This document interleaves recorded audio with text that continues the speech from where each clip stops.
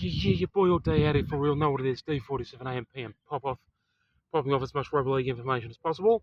Right now, continuing on with the wooden spoons. 1984 wooden spoon going to the Western Suburbs, like I already said, winning only one game for the whole 1984 season.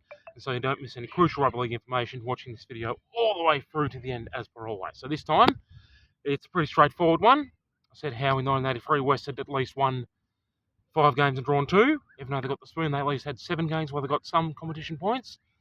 And at least Terry Lamb somehow managed to get the Dally M medal, even though they finished last. Well, in 1984, Terry Lamb had shifted over to Canterbury, and Canterbury won the comp, beating Parramatta 6-4 in the 1984 grand final, whereas West were left to lament what they had let go and won one single game to get an obvious wooden spoon. If you only win one game all year, you will get the wooden spoon, obviously. And they finished the season with whopping 18 consecutive losses. So, West's stats in 1984, like I said, 24 games played, just 1 win and 23 losses. In attack, only 244 points, but in defence they conceded 620. So the stats were even worse than 1983, as you'd probably imagine. So that for and against is minus 276. Minus 376, my bad. Minus 376. Whopping minus 376 points in for and against.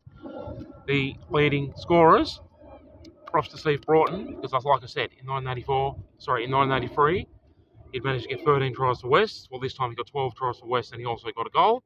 So that was 50 points, but his 12 tries made him the leading try scorer, and the second leading try scorer, Trevor Cogger, who was the halfback and who was a very good player for them, and he got 8 tries for them in 1984. And the leading point scorers, John MacArthur, he got 2 tries, 33 goals and 1 field goal for a total of 75 points.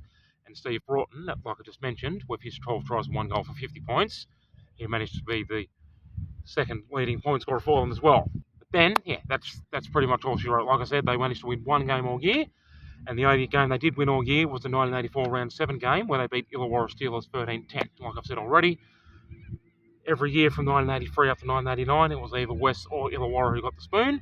1983, 1984, 1987, 1988, West got it. 1985, 1986, and 1989, Illawarra got it. So they could only beat the other winning boys, the other no good team, so to speak, 13-10 in round 7, which is the moment in the sun. And then obviously the most embarrassing moment, aside from the fact they lost the 18 consecutive games to finish the year and earn the spoon by a country mile, the fact that the 2 biggest scores they conceded just happened to bookend that run of 18 losses.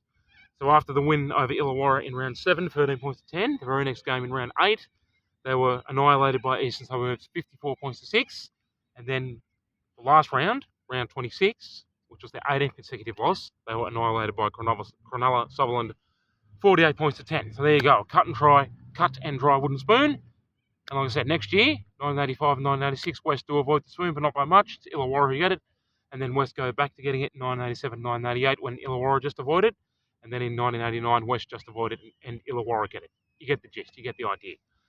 Thank you so much for watching all the way through to the end, even though this was only a short one, because it was a pretty simple, straightforward one. Thank you so much for not missing any crucial rugby league information, and thank you so much for ongoing sick, twisted, brutal, evil support. Your boy all day, 47. Toodaloo.